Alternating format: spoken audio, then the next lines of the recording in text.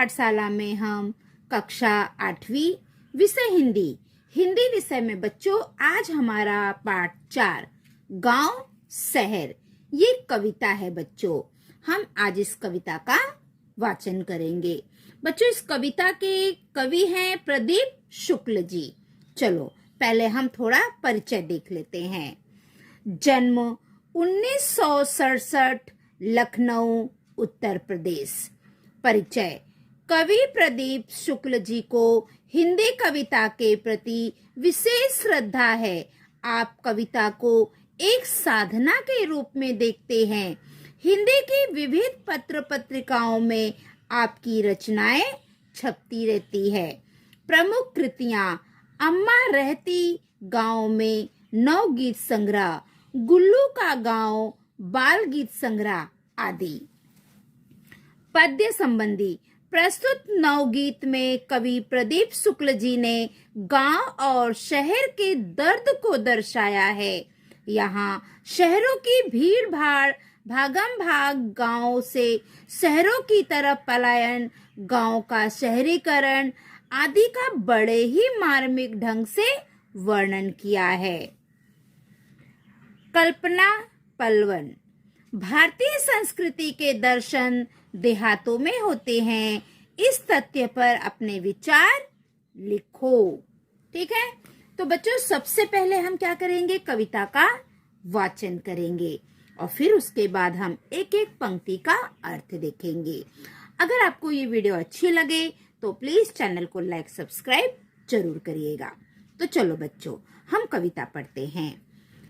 बदला बदला सा मौसम है, बदले से लगते हैं सुर, दीदा फाड़े शहर देखता, गांव देखता टुकुर टुकुर, दिल रखने की जगह नहीं है, शहर ठसाठस भरे हुए, उधर गांव में पीपल के हैं सारे पत्ते झरे हुए, मेट्रो के खंभे के नीचे रात गुजारे परमेश्वर, दीदा फाड़े शहर देखता, गांव देखता टुकुर टुकुर, इधर शहर में सारा आलम आंख खुली बस दौड़ रहा, वहाँ रेडियो पर स्टेशन राम दीन है जो रहा, उनकी बात सुनी है जब से दिल करता है धुकुर पुकुर, सुरसतिया के दोनों लड़के सूरत गए कमाने, गेहूं के खेतों में लेकिन गिल्ली लगी घामने, लंगड़ा कर चलती है गैया सड़कों ने खा डाले खुर, दीदा फाड़े शहर देखता, गांव देखता टुकुर टुकुर, दीदा फाड़े शहर देखता, गांव देखता टुकुर टुकुर। बच्चों हमने कविता का वाचन कर लिया है। अब हम पंक्ति पढ़ेंगे एक एक और उसके अर्थ देखेंगे। ठीक है।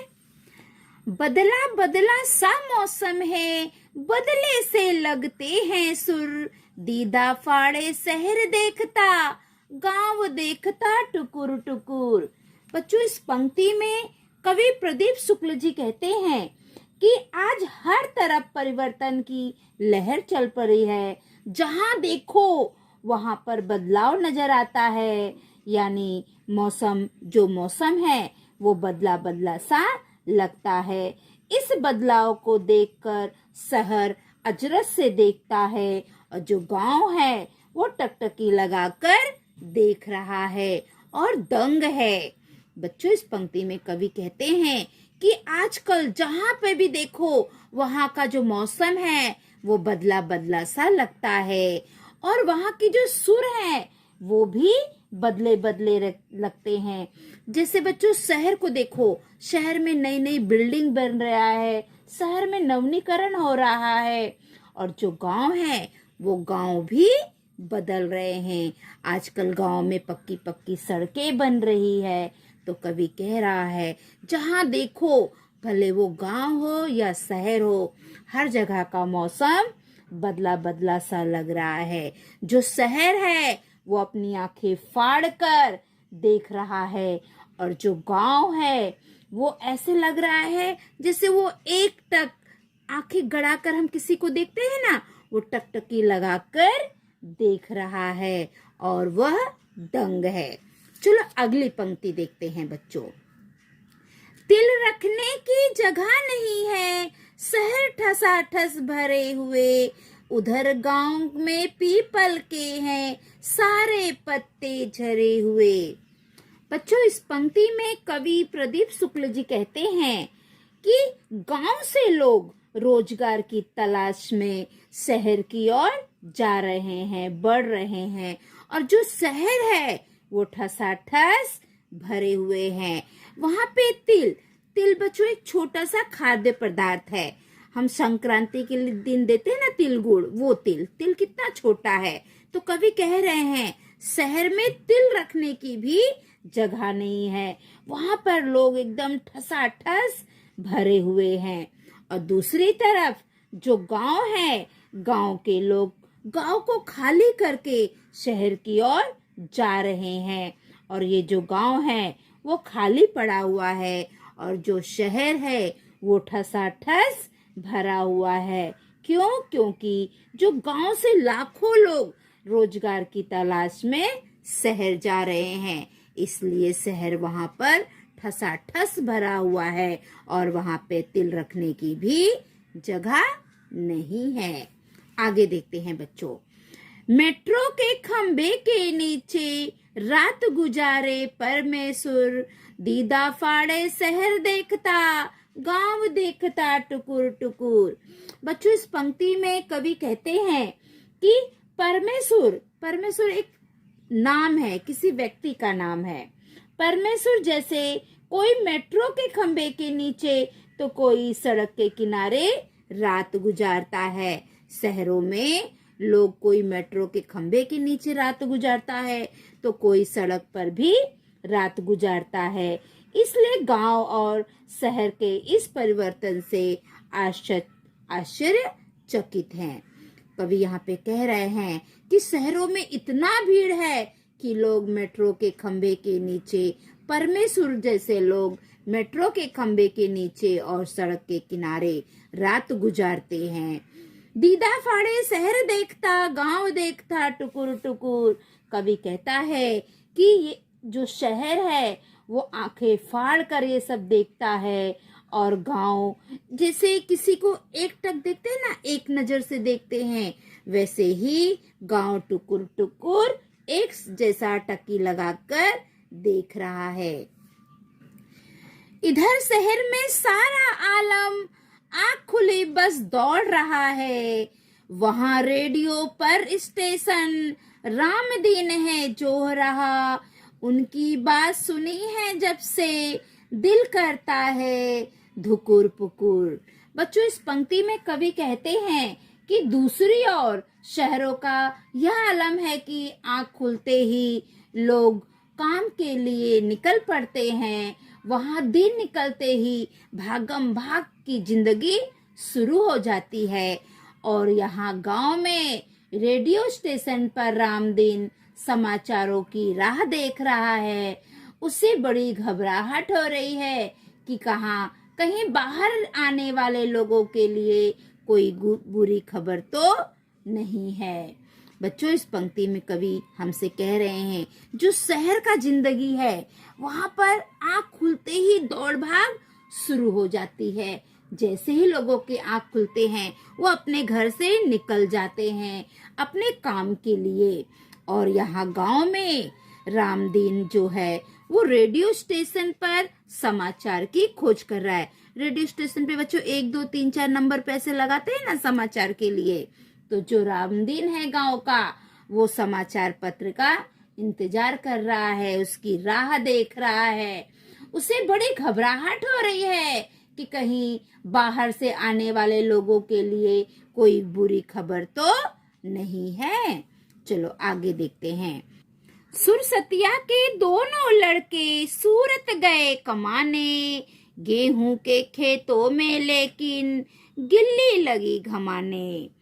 प्रस्तुत पंक्ति में कवि प्रदीप शुक्ल जी कहते हैं कि जैसे सुरसतिया के दोनों बच्चे सूरत कमाने के लिए गांव से शहर की ओर जा रहे हैं, उसी प्रकार गांव के और भी बहुत सारे युवक हैं जो अपनी नौकरी के तलाश में गांव को छोड़कर शहर की तरफ जा रहे हैं।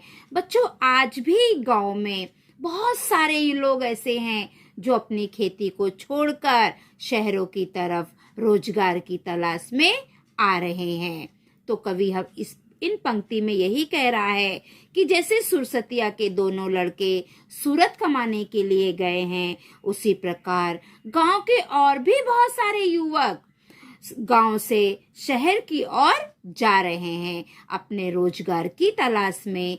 और यहाँ गांव में जो खेत है उनकी देखभाल करने के लिए, खेती करने के लिए, फसल उगाने के लिए यहाँ पर कोई नहीं है। और वो जो खेत जिसमें फसलें लहराती थी, आज वो खेत खाली पड़े हैं और उन खाली खेतों में जो गिलहरी है वो ठंड के मौसम में धूप सेकने के लिए आती है। बच्चों, ये आज की सच्चाई है।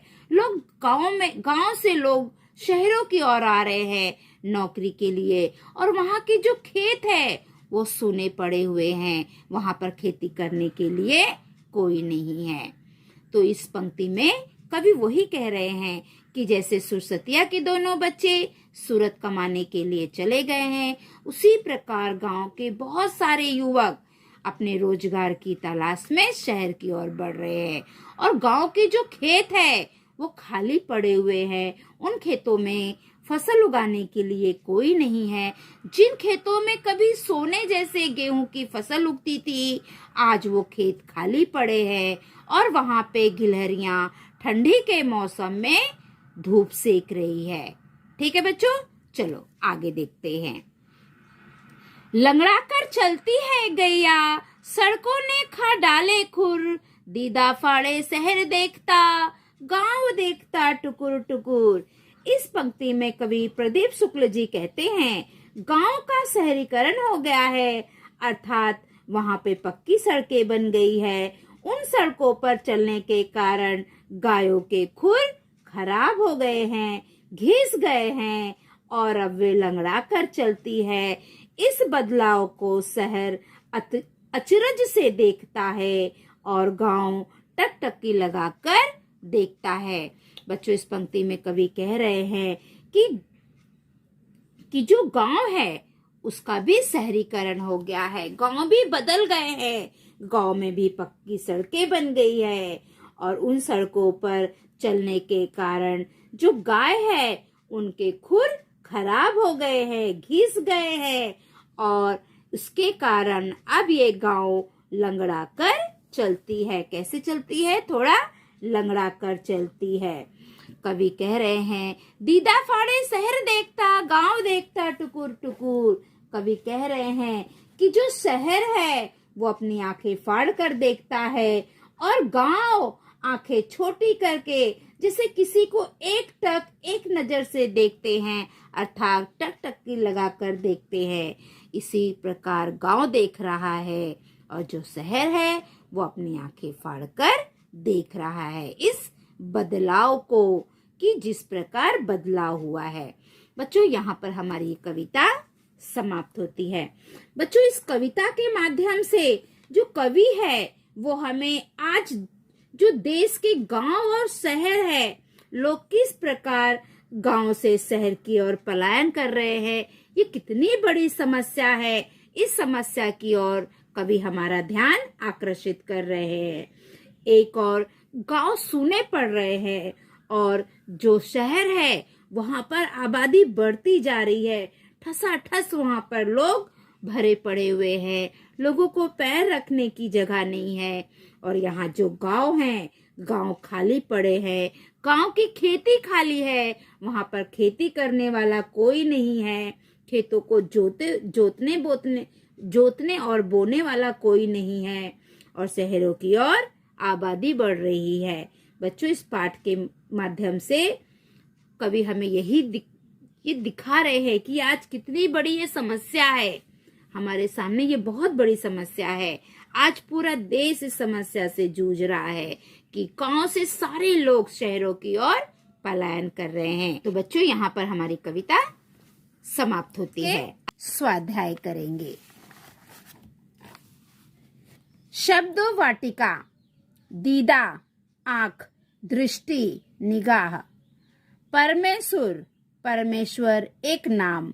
आलम दुनिया जगत जहान। गिल्ली गिलहरी। गया गाय। घामना धूप खाना।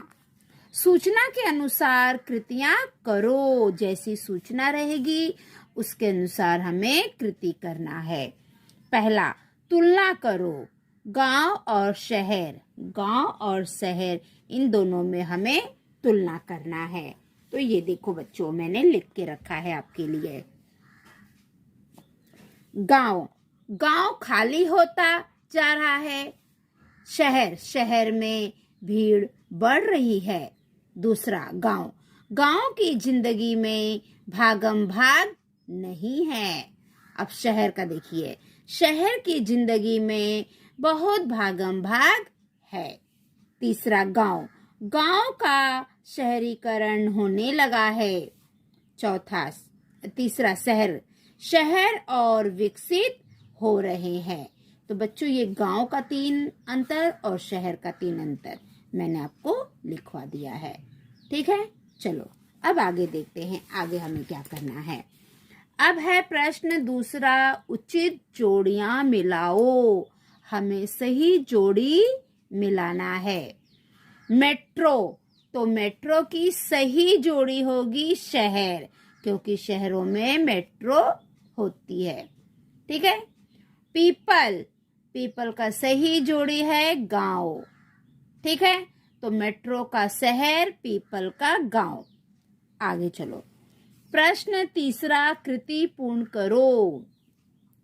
यहाँ पे कृति दी गई है, उसे हमें पूरा करना है। पहला, गांव का देखना। गांव कैसे देखता है? टुकुर टुकुर। आपको ऐसे टुकुर टुकुर लिखना है। ठीक है। दूसरा, शहर का देखना। शहर कैसे देखता है? दीदे फाड़ कर देखता है, आंख फाड़ कर। दीदा फाड़ना मतलब आंख फाड़ कर देखना। ठीक है, तो आप आंख फाड़ कर लिखोगे तो भी उत्तर आपका सही है। आप दीदे फाड़ कर लिखोगे तो भी आपका उत्तर सही है बच्चों। दीदे का अर्थ है आंख। एक शब्द में उत्तर लिखो। पहला, लंगड़ाकर चलने वाली। लंगड़ाकर कौन चलती थी कविता में? गाय। आप गाय लिखो या आप गया लिखो, दोनों उत्तर सही है। दूसरा, पत्ते झरा हुआ वृक्ष, पीपल। तीसरा, बदले से लगते हैं, सुर। चौथा, जहां तिल रखने की जगह नहीं है, उसका उत्तर है शहर। ठीक है बच्चों, अब आगे देखो। भाषा बिंदु।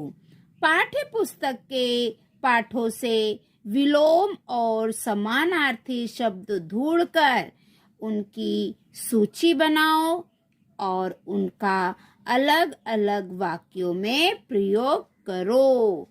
तो चलो मैं आपको दिखाती हूँ बच्चों। सुख, सुख दुख। पहले हम विलोम शब्द कर रहे हैं। सुख का उल्टा दुख। अब वाक्य में प्रयोग।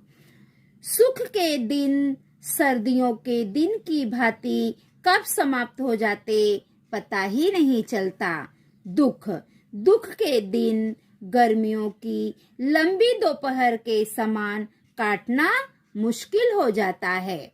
अब दूसरा है प्रश्न। प्रश्न का विलोम उत्तर।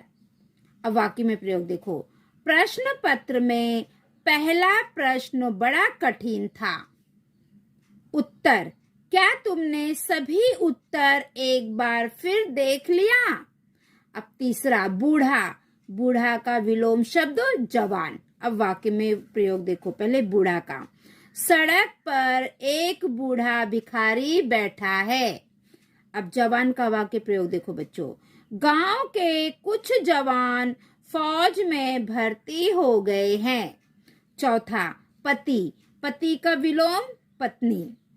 पति का वाक्य में प्रयोग देखो, कल मेरी बहन के पति को अर्जुन पुरस्कार मिलेगा।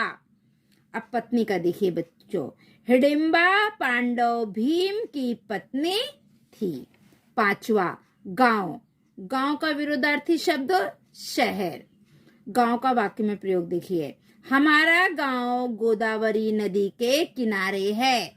शहर, मुंबई शहर में दिनों दिन भीड़ बढ़ती जा रही है।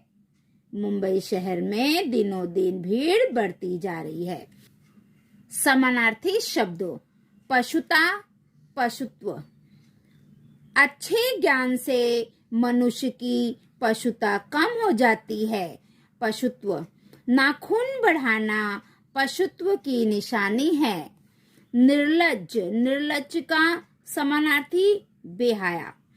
निर्लज्ज, बात बात पर पीटने पर बच्चे निर्लज्ज हो जाते हैं। बेहाया, नाखून बड़े बेहाया होते हैं, बार बार काटने पर भी बढ़ते रहते हैं। जवान, जवान का समानार्थी युवा। जवान, सुभाष जैसा जवान पूरे शहर में ना था। युवा, युवावस्था में जोश अपनी चरम सीमा पर होता है। चौथा, विवश, विवश का समानार्थी बेबस। विवश, प्रकृति के कोप के समक्ष सब विवश हो जाते हैं। बेबस, लगातार बारिश के कारण पूरा शहर बेबस नजर आ रहा था। पांचवा, क्रोध, क्रोध का समानार्थी गुस्सा। क्रोध, क्रोध स्वास्थ्य के लिए अच्छा नहीं होता। गुस्सा, बात बात पर गुस्सा करना अच्छी आदत नहीं है। छठा और आखिरी, सुंदर, सुंदर का समानार्थी खूबसूरत। बगीचे में फूलों पर सुंदर तितलियां मंडरा रही हैं। खूबसूरत, पूर्णिमा के चांद की रोशनी में ताजमहल बहुत खूबसूरत दिखता है। तो बच्चों, हमारा समानार्थी और विरोधार्थी दोनों शब्द मैंने आपको बता दिया और वाक्य में प्रयोग भी आपको बता दिया है। ठीक है, अब हम आगे देखते हैं। अब है आगे देखो बच्चों, हमारा अगला प्रश्न है, वृक्ष और पंछी के बीच का संवाद लिखो। ठीक है बच्चों, मैं आपको दिखाती हूँ। तो बच्चों, ये वृक्ष और पंछी के बीच का संवाद है। पहला, पंछी, बरगद दादा आज ऐसे उदास क्यों दिख रहे हो? बरगद, नहीं, बस ऐसे ही। पंछी, दादा मैं बरसों से आपकी डालियों में ही घर बनाकर रहता हूँ, मैंने कभी आपको इतना चुप, ऐसा उदास नहीं देखा। कोई तो बात है जो आपको परेशान कर रही है? बरगद, हाँ बेटा, बात तो है। मैं यह सोच सोच कर हैरान परेशान हूँ कि हमारे जंगल कैसे थे और अब कैसे हो गए हैं। पंछी, क्यों, जंगल को क्या हो गया? बरगद, तुमने ध्यान नहीं दिया कि तुम्हारे आसपास के वृक्ष कम होते जा रहे हैं। आए दिन लोग आते हैं और हरे भरे वृक्षों को काट डालते हैं। पंछी, हाँ देखा तो है। बरगद, ये लोग इस बात को नहीं समझ रहे हैं कि वृक्ष सभी प्राणियों के लिए कितने उपयोगी हैं। वृक्ष अनेक प्रकार के पदार्थ तो देते ही हैं, पर सबसे महत्वपूर्ण है कि ये वातावरण से जहरीली वायु को लेकर उसे शुद्ध कर देते हैं। पंछी, मनुष्य तो सबसे बुद्धिमान प्राणी माना जाता है, दादा फिर वो ऐसा क्यों कर रहा है? अब बरगद बोल रहा है, बुद्धिमान तो है, पर केवल वर्तमान के बारे में सोचता है, भविष्य या आने वाली पीढ़ी के बारे में नहीं सोचता। मैं यही सोचकर चिंतित हूँ कि आने वाले समय में इस हरी भरी धरती का क्या होगा। तो बच्चों, ये पंछी और वृक्ष के बारे में ये लोग आपस में संवाद कर रहे हैं। तो ये हमारा हो गया है। आगे देखो बच्चों, आगे है मैंने समझा। आपने इस पाठ से क्या समझा वो हमें लिखना है। शहरों में बढ़ती भीड़ के कारण लोगों को मूलभूत सुविधाएं नहीं मिल पा रही हैं। दूसरी तरफ गांव का शहरीकरण होने लगा है, जिससे गांव अपनी पहचान खोने लगे हैं। खेती छोड़कर लोग शहरों में काम धंधा कर रहे हैं। इसका प्रतिफल प्रभाव खेती पर पड़ रहा है। ठीक है बच्चों, तो ये हमारा हो गया। अब स्वयं अध्ययन। यातायात के नियम, संकेतिक चिन्ह एवं हेलमेट की आवश्यकता आदि के चार्ट्स बनाकर विद्यालय की दीवारें सुशोभित करो। तो बच्चों ये चार्ट्स आपको बनाना है और अपने विद्यालय में लगाना है। तो बच्चों हमारी जो आज की पाठशाला है वो यहाँ पर समाप्त होती है।